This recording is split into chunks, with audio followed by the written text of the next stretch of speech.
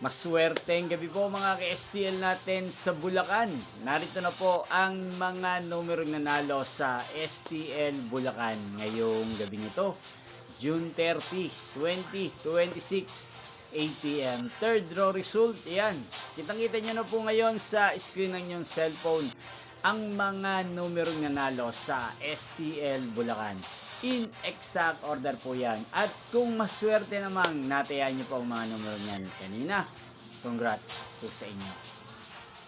Sa mga gusto pong magpa-shoutout dyan, mag-comment lang po kayo para bukas po sa first draw result ng STL Bulacan, isa-shoutout ko po kayo.